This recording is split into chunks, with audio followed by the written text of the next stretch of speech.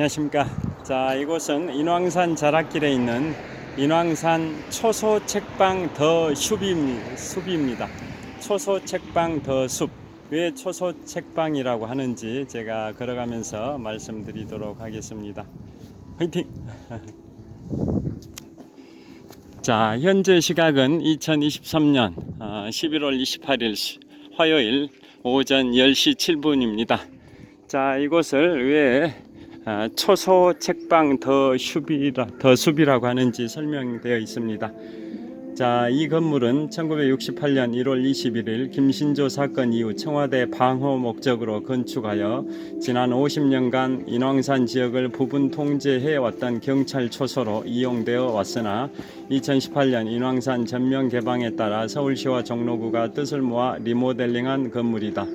기존 건물의 철근 콘크리트 골조를 살려 폐쇄적이던 내부 공간을 개방하고 일부 훼손되었던 자연을 복원하여 시민을 위한 복합 문화공간과 전망 데크로 조성하였다. 기존의 2개 높이의 1층 건물을 일부 증축하여 서로 다른 2개의 층고를 유지하고 내외부 계단을 새로 만들어 건물 내 어디든지 도심을 전망할 수 있도록 리모델링한 것이다. 종로구 옥인동에 소재하고 있습니다.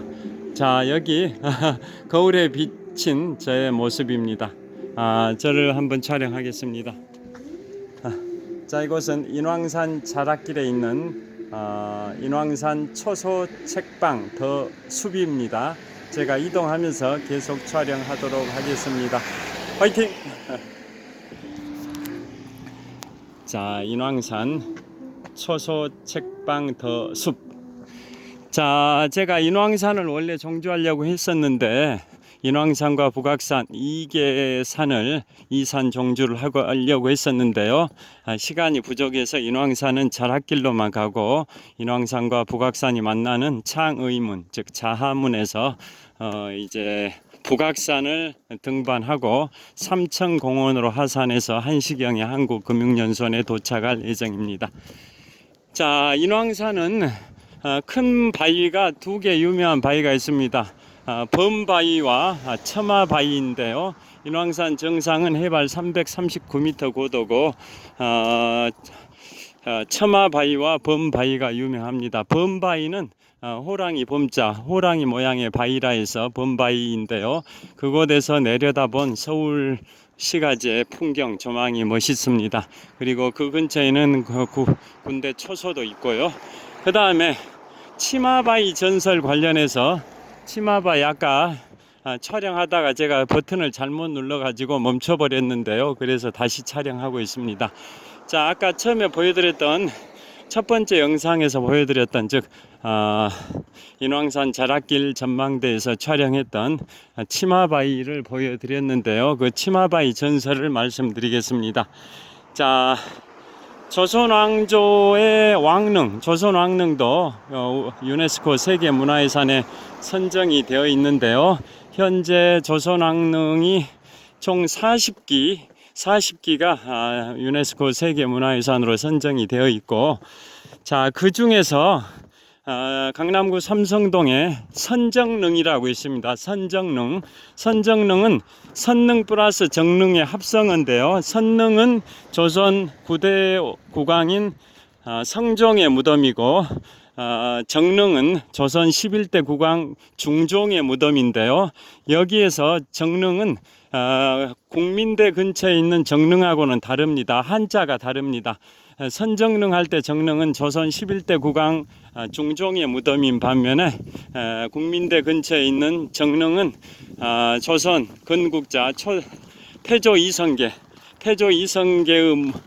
부인이 2명이었죠. 첫째 부인은 태조가 왕이 되기 전에 첫 번째 부인이 한씨고 두 번째 부인이 이제 강씨인데요. 태조 이성계의 두 번째 부인 강씨의 무덤이 바로 정릉입니다. 정릉. 원래는 그 무덤이 덕수궁 근처에 있었는데요. 태조 이성계가 두 번째 부인인 강씨가 죽은 다음에 너무나도 슬퍼서 경복궁에서 남쪽 방향에 있는 덕수궁 근처에 묻혀 있는 두 번째 부인 강씨의 무덤을 바라보면서 자주 눈물을 지었습니다. 그래서 그의 태조 이성계의 아들이자 조선의 3대 국왕 태종 이방원이 그것에 대해서 질투를 하고 계모와 사이가 안 좋았었죠. 왕자의 난도 일으키고, 여하튼 사이가 안 좋았던 태종 이방원이 태조 이성계가 죽은 다음에 태조 이성계의 두 번째 부인이자 태종 이방원의 계모인 그 강씨의 무덤을 파헤쳐 가지고 정릉 근처, 국민대 근처로 옮겨버리고, 그 덕수궁 근처에 있을 때 그 무덤에 그 묘비석들, 무덤을 호위하는 그 문인석들 이런 것들을 다 파헤쳐 가지고 지금의 서울 종로 광교, 청계천의 광교 다리로 사용을 했습니다. 그러니까 사람들이 밟고 지나다니면서 모욕을 해라, 그런 의미에서 그 무인석과 문인석의 돌들을 바로 광교, 다른 말로 광통교라고 하는데요, 청계천의 광통교, 광교의 다리로 사용을 해버렸습니다. 그러니까 지금도 청계천 광통교에 가면 그 당시에 태조 이성계의 두 번째 부인 강씨의 무덤에 문인석들이 다리 구조물로 일부가 사용이 되고 있다는 게 보이실 겁니다. 그래서 현재는 그 강씨의 무덤이 국민대 근처에 있는 정릉이고요. 그 정릉과 한글 발음은 같지만 한자가 다른 강남구 삼성동에 있는 선정릉 할 때 정릉은 조선 11대 국왕 중종의 무덤입니다. 자, 그래서 왜 이 말씀을 드리냐면 치마바이, 인왕산에 있는 치마바이의 전설이 바로 조선 11대 국왕 중종의 무덤 정릉의 주인공인 중종과 관련되기 때문에 말씀을 드립니다. 그래서 조선 9대 국왕 성종과 조선 11대 국왕 중종의 무덤을 같이 강남구 삼성동에 모시고 있는데요.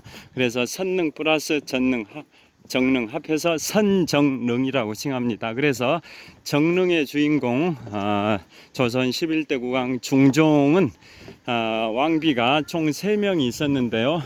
첫째 왕비가 후궁이 아닙니다. 다 정비입니다. 본부인. 첫째 왕비는 단경왕후, 두 번째 왕비는 장경왕후, 세 번째 왕후가 그 유명한 문정왕후입니다. 섭정, 수렴청정, 섭정의 최고봉을 이뤘던 조선의 섭정의 최고봉, 수렴청정의 극치를 보였던 문정왕후가 바로 중종의 세 번째 부인입니다. 자, 그러면 그리고 그 부인들의 무덤 위치를 먼저 말씀드리면, 첫째 부인 단경왕후의 무덤은 경기도 양주에 있고요. 두 번째 부인 장경왕후의 무덤은 경기도 고양시에 있고요. 세 번째 왕후인 문정왕후는 어디에 있냐면 서울시 노원구 공릉동에 많이 들어보셨을 겁니다. 바로 태릉입니다. 태릉. 자, 옛날에 국가대표 선수촌을 태릉 선수촌이라고 했는데요. 그 태릉, 지금은 국가대표 선수촌이 충북 진천으로 옮겨갔는데, 과거에 국가대표 선수들이 활동했던 곳이 바로 태릉이죠. 태릉. 자, 태릉. 자, 이쪽으로 넘어가는 길이 이쪽이 잘못 들었습니다. 이쪽으로 가겠습니다. 자, 태릉 선수촌. 그 태릉의 주인공이 바로 중종의 세 번째 왕후인 문정왕후의 무덤이고요. 그곳에서 그 근처에가 서울여자대학교와 육군사관학교가 있습니다. 그리고 그 근처에서 동쪽으로 약 한 1-2km 가면 강릉이라고 있습니다. 강릉. 강원도 강릉이 아니라 무덤할 때 강릉. 그 강릉은 문정왕후의 아들인 조선의 임금 명종의 무덤입니다. 명종. 그러니까 어머니 문정왕후 무덤이 태릉이고 아들 명종의 무덤이 강릉입니다. 자, 여하튼 그런 식으로 조선의 11대 국왕 중종의 부인은 3분이 계셨는데요. 그 중에 첫 번째 부인 단경왕후와 관련되는 게 아까 보여드린 인왕산 자락길에서 보여드린 여기 또 보여드리겠습니다. 자, 인왕산 안내도입니다. 자, 인왕산 안내도를 보여드리고 있는데요. 인왕산 자락길은 이제 다 끝났고, 자, 지금 동쪽 방향에 이제 북악산 등반을 시작할 예정입니다. 자, 인왕산 자락길 한번 보여드리겠습니다. 자, 보시면 인왕산 정상이 해발 339m고요.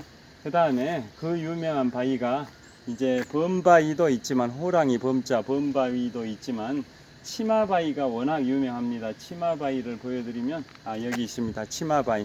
자, 가까이서 보여드리면 인왕산의 정상, 이곳이 해발 339m고요. 여기는 338.2로 되어 있는데 보통 339m라고 합니다. 그 다음에 이쪽에 범바위가 있고요. 그 다음에 이곳에 치마바위가 있습니다. 치마바위 보이시죠? 인왕산 치마바위. 이 치마바위가 이렇게 엄청난 암벽으로 되어 있는데, 치마 모양으로, 여인들이 입는 치마 모양으로 생긴 바위라 해서 치마바위랍니다. 그래서 지금 치마바위 전설을 말씀드리고 있고요. 자, 이제 인왕산 정상이 끝났으니까 이제 여기 북악산 등반을 시작할 겁니다. 자, 그래서 치마바위가 조선의 11대 국왕 중종의 첫 번째 부인인 당경왕후와 관련이 되는데요. 그 당경왕후는 원래 중종이 반정을 통해서, 즉 쿠데타를 통해서 집권을 했지 않습니까? 그걸 중종 반정이라고 하죠. 그리고 나중에 인조도 쿠데타를 통해서 집권을 했지 않습니까? 그것을 인조 반정이라고 하는 거고요. 그 중에 첫 번째가 중종 반정인데요. 중종 반정. 자, 그래서 태정, 태세, 문단세, 예성, 연중, 임명선, 이런 순으로 가는데, 연산군의 폭정에 시달리던 그 신하들이 쿠데타를 일으켜 가지고 중종을 옹립을 한 거죠. 그러니까 그 반정 세력에 의해서 옹립된 국왕이다 보니까 중종은 입지가 굉장히 약했던 분입니다. 반정 쿠데타 세력에 의존할 수밖에 없었고, 그들의 말을 따를 수밖에 없는 그러한 좀 안타까운 임금이었죠, 중종은. 자, 그래서 중종 반정을 통해서 이제 집권을 하는데요. 첫 번째 부인 단경왕후는, 자, 신호가 또 바뀌었습니다. 자, 이곳이 윤동주 문학관입니다. 자, 여기 보여드리면, 잠깐 보여드리겠습니다. 윤동주 문학관 보이실 겁니다. 자, 윤동주 문학관입니다. 자, 서시의 주인공 윤동주 문학관. 빨리. 자, 윤동주 문학관을 지났고요. 그 다음에 이제는 이것부터 보여드리겠습니다. 자, 1968년 1월 21일 1.21 사태, 지금부터 55년 전인데요. 1968년 1월 21일 김신조를 포함한 무장공비 31명이 청와대를 습격했던 박정희 암살 기도 사건 1.21 사태 다 잘 아실 겁니다. 1.21 사태 당시에 무장공비들이 이쪽에 와가지고 종로경찰서장 등의 검문을 받았습니다. 검문을 받자 바로 종로경찰서장을 사살을 했습니다. 그래서 사살 당시에 총경이셨는데요. 순직하셨기 때문에 1계급 특진하셔서 최규식 경무관님입니다. 그분의 동상이 이곳 인왕산과 북악산의 사이에 있는 자하문, 다른 말로 창의문이라고 하는데요. 조선시대의 4개 대문과 4개 소문 중에 북소문에 해당되는 창의문 바로 앞에 최규식 경무관님의 동상이 세워져 있습니다. 그 다음에 같이 그 무장공비들을 불신검문했던 또 한 분의 경찰관이 여기 계시는데요. 이분은 좀 동상이 아니라, 전신상이 아니라 흉상입니다. 정종수 경사님. 그 당시에는 이제 경장이셨던 같고요. 1계급 특진에서 경사로 애우를 하는 것 같습니다. 자, 이 두 분의 동상이 세워져 있습니다. 자, 여기 버스 정거장의 명칭은 보시다시피 자하문곡의 윤동주 문학관이라고 되어 있습니다. 한번 저를 촬영해 보겠습니다. 자하문곡의 윤동주 문학관 정거장입니다. 자, 계속 이동을 하겠습니다. 자, 그래서 이곳은 인왕산과 북악산 사이에 있는 북소문에 해당되는 창의문 자하문인데요. 자, 이곳부터 이제 북악산 등반을 시작합니다. 자, 치마바위 전설 계속 말씀드리겠습니다. 자, 그래서 조선의 11대 국왕 중종은 쿠데타를 통해서, 즉 반정을 통해서 집권을 하다 보니까 정치적 기반이 약했습니다. 그래서 원래 반정을 하기 전에, 임금이 되기 전에 부인이 일종의 조강지처죠. 조강지처가 바로 단경왕후인데요. 반정에 성공하면서 19살의 그 조강지처 단경왕후는 이제 왕비가 된 겁니다. 왕비. 그런데 왕비가 된 지 7일 만에, 일주일 만에 폐위가 돼 버렸습니다. 자, 이곳이 자하문입니다. 자하문. 자하문. 저를 한번 보여드리겠습니다. 자, 이곳이 자하문입니다. 인왕산과 북악산 사이에 있는 북소문에 해당되는 창의문, 다른 말로 자하문이라고 합니다. 자, 계속 이동하겠습니다. 탐방로 안내가 이렇게 되어 있습니다. 자, 그래서 조강지처였던 단경왕후는 남편인 중종이 반정에 성공해서 임금이 되고 이제 왕비가 됐는데요. 왕비가 된 지 일주일 만에 폐위가 됐던 이유가 바로 쿠데타 세력들이 과거의 연산군 세력이었던 단경왕후의 아버지를 염두에 두고 단경왕후를 계속 왕후의 자리에 앉혀놓을 수 없다. 왜냐, 중종을 옹립한 반정 세력들은 바로 연산군을 몰아내고. 북악산 해설이 있는데 혹시 해설 함께 하시겠어요? 아니요, 예, 고맙습니다. 예.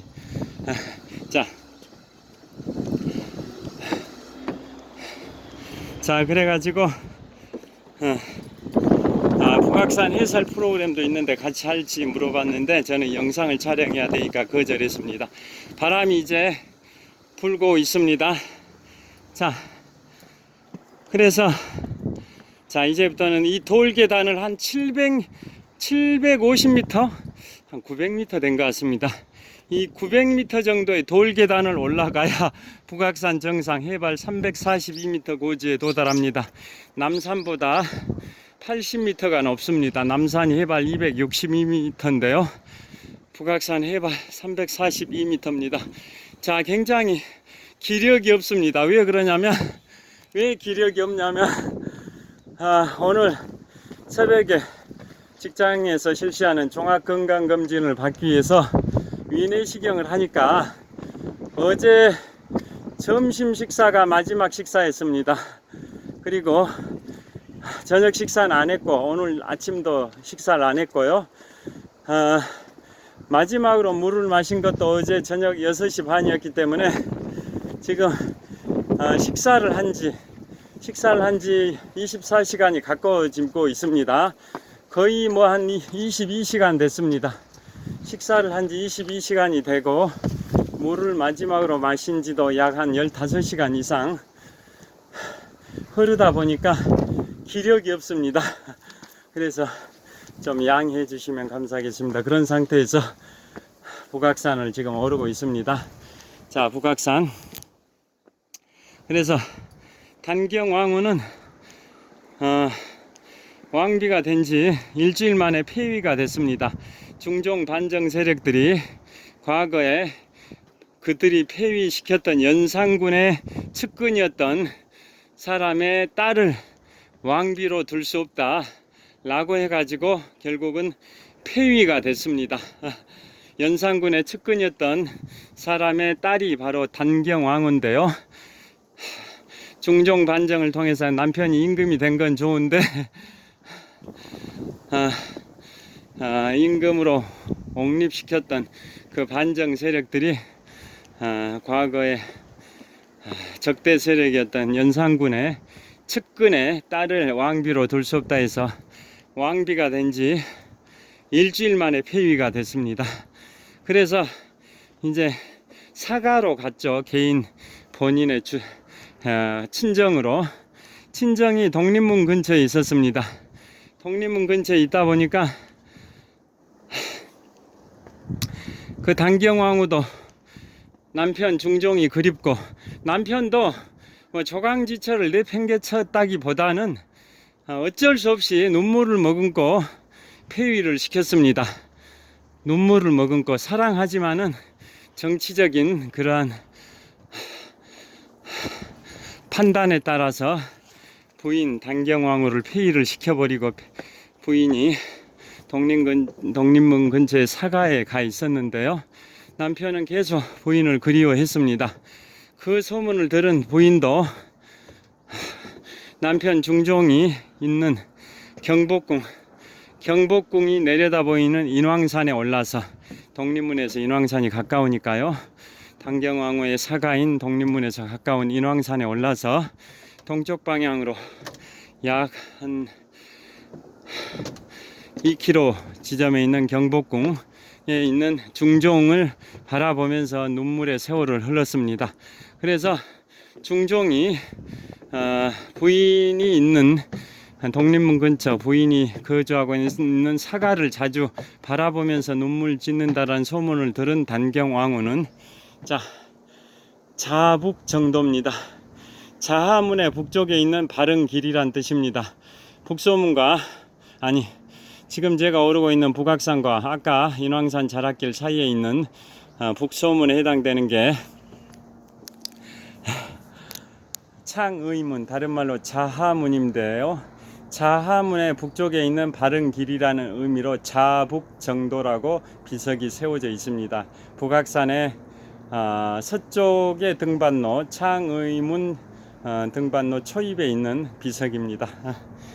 자, 그래서 부인 단경왕후는 남편 중종이 자주 인왕산 쪽을 바라보면서, 즉 단경왕후의 사가 쪽을 바라보면서 눈물의 세월을 흘린다고 하기에, 그 소문을 들은 단경왕후는 인왕산에 자주 올라서 아까 보여드린 바위, 그게 치마바위입니다. 치마바위에다가, 그 당시에는 치마바위라는 명칭은 아니었죠. 그냥 바위였죠. 바위에다가 단경왕후가 입고 있던 치마를 걸쳐놨습니다. 경복궁에서도 보일 수 있도록 치마를 넓게 펼쳐가지고 걸쳐놨습니다. 그걸 경복궁에서 바라본 중종은 더더욱 서러움에 북받쳐가지고 첫 번째 부인 조강지처 단경왕후를 그리워하면서 계속적으로 눈물의 세월을 흘렸다라는 전설이 있습니다. 그게 바로 인왕산의 치마바위 전설입니다. 자, 좀만 더 올라가면 인왕산 치마바위가 보이는 고도에 오를 것 같습니다. 그때 치마바위 보여드리겠습니다. 그 다음에 단경왕후가 왕비가 된 지 일주일 만에 폐위되고 나서 이제 장경왕후가 즉위를 합니다. 즉위가 아니라 왕비가 됩니다. 왕비가 돼서 그 장경왕후가 낳은 아들이 바로 조선의 인종 임금이죠. 인종. 병자호란의 치욕의 역사를 겪은 인조가 아니라 인종입니다. 자, 중종의 두 번째 부인, 두 번째 왕후인 장경왕후의 아들이 바로 조선의 임금 인종이고요. 그 다음에 장경왕후가 죽은 다음에 마지막 왕후가 문정왕후입니다. 문정왕후는 조선 7대 임금 수양대군 세조 때 정희왕후, 세조의 부인이 정희왕후인데요. 정희왕후도 섭정을 하긴 했지만, 수렴청정을 하긴 했지만, 그래서 세조의 부인인, 조선 7대 임금인 세조의 부인인 정희왕후가 수렴청정의 창시자이긴 한데, 조선에서. 그런데 본격적으로 수렴청정의 극치를 보여준 인물이 바로 중종의 세 번째 왕후인 문정왕후이고, 아까 말씀드린 것처럼 지금 서울시 종로구 공릉동의 태릉 선수촌 할 때 태릉의 무덤의 주인공이 바로 문정왕후입니다. 자, 그래서 문정왕후는 명종이라는 아들을 생산을 하게 되는데요. 자, 두 번째 부인 장경왕후의 아들인 인종과 세 번째 부인인 문정왕후의 아들 명종과의 관계가 이복 형제지 않습니까? 그런데 그 인종은 조선의 27명의 임금 중에 가장 즉위 기간이 짧았습니다. 약 1년 남짓 임금을 하다가 사망을 해버렸습니다. 그래서 그거에 관해서는 계모인 문정왕후가 독사를 시켰다라는 설이 유력합니다. 왜냐하면 문정왕후가 자신의 아들인 명종을 즉위시키기 위해서 인종을 독살했다라는 설이 유력합니다. 자, 그 주인공이 바로 수렴청정의 극치를 보여준 조선의 11대 국왕 중종의 세 번째 왕후인 문정왕후, 태릉선수촌 할 때 태릉의 주인공입니다. 자, 계속 국경사길이 이어지고 있고요.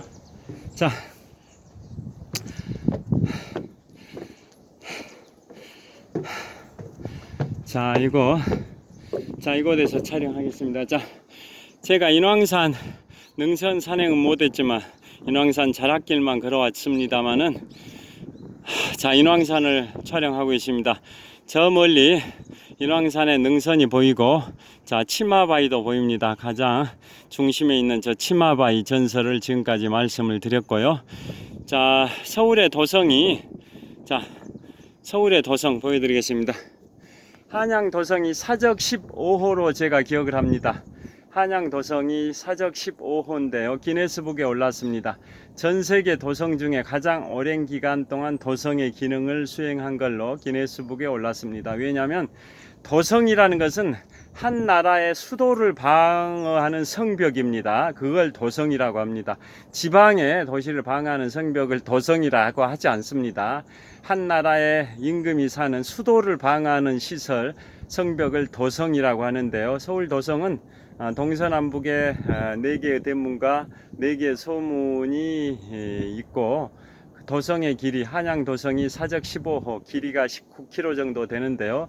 그 중에 지금 보시는 인왕산 자락, 그 다음에 현재 제가 걷고 있는 북악산 자락은 성벽이 비교적 잘 보존이 되어 있습니다. 그에 반해서 저기 동대문과 남대문 쪽은 일제강점기 때 전차 건설 등의 이유로 다 파괴가 됐습니다.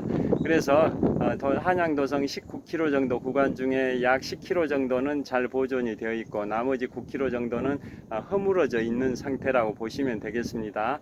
그래서 한양도성은 동쪽에 있는 낙산, 낙타 모양을 닮았다 해서 낙산이라고 합니다.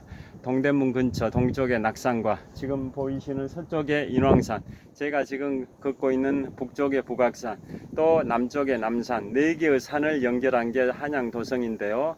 자, 그 중에 인왕산과 북악산 구간은 한양도성 성곽길이 대체적으로 잘 보존이 되어 있습니다. 자, 이번에는 북쪽 방향입니다. 자, 북쪽 방향, 저게 바로 그 유명한 북한산 국립공원입니다. 우리나라에 23개 국립공원이 있는데요. 그 중에 수도권에 있는 유일한 국립공원 북한산 국립공원, 1000만 서울시민, 1360만 경기도민, 250만 인천광역시민, 그래서 수도권 인구가 약 한 2600여만 명 되는데요. 우리나라 전체 인구 5144만 중에 한 55%를 차지하는 수도권 인구입니다. 그런데 우리 국토 면적은 수도권이 약 13%만 차지합니다. 그만큼 수도권은 인구 밀집 지역인데요. 그러다 보니까 전국의 23개 국립공원 중에 유일하게 수도권에 있는 국립공원이 지금 보시는 북한산 국립공원인데요. 그래서 북한산 국립공원은 인구 밀도가 높아서 단위 면적당 탐방객 수가 가장 많은 그러한 국립공원으로 기네스북에 올라가 있습니다. 자, 지금 북한산 국립공원 보시면 저 끝에 정상 100군데 해발 836m 고지가 보이고요. 그 앞에 망경대가 해발 810m, 또 옆에 인수봉이 해발 799m입니다. 그래서 그 세 개의 봉우리가 세 개의 삼각형을 이룬다 해서 삼각산이라고 표현하기도 하고, 조선시대에는 삼각산이라고 했습니다. 지금은 북한산이라고 표현하고 있고요. 인구 밀도가 높은 수도권에 있는 유일한 국립공원이다 보니까 북한산 국립공원은 수백 개의 탐방로가 있는데요. 그 중에서도 서울 시내를 가장 멋지게 조망할 수 있는 탐방로가 지금 보고 계시는 비봉능선입니다. 비봉능선. 왜 비봉능선이냐? 우리나라 삼국시대의 3명의 정복군주가 있는데요. 고구려의 광개토대왕, 백제의 근초고왕, 신라의 진흥왕인데요. 신라의 진흥왕이 영토를 최대한 확장을 하고 경남 창녕비, 북한산의 북한산비, 그 다음에 함경도의 마운영비, 황초령비, 이 4개의 비석 순수비를 세웠는데요. 영토 확장 기념 비석이죠. 그 중에 서울에 북한산에 세운 게 북한산비입니다. 그래서 북한산 순수비는 국보 3호입니다.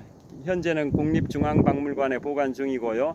북한산 비봉에 세워져 있는 것은 모조품입니다. 그래서 비봉이 세워져 진흥왕 순수비가 세워졌던 봉우리라 해서 비봉이라고 하고요. 해발 고도 560m 고지입니다.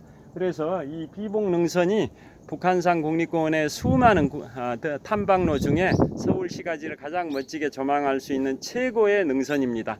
그래서 우리나라 23개 국립공원 중에 아름다운 곳 100군데를 백경, 국립공원 백경이라 하고, 제1경이 설악산 공룡능선인데요. 제가 2022년 10월 17일에 무박 2일 17시간 동안 야간에 무박 2일로 단독 종주를 했던 곳이 등산 마니아들이 가고 싶어하는 최고의 명소 설악산 공룡능선이 국립공원 제1경입니다. 제1경.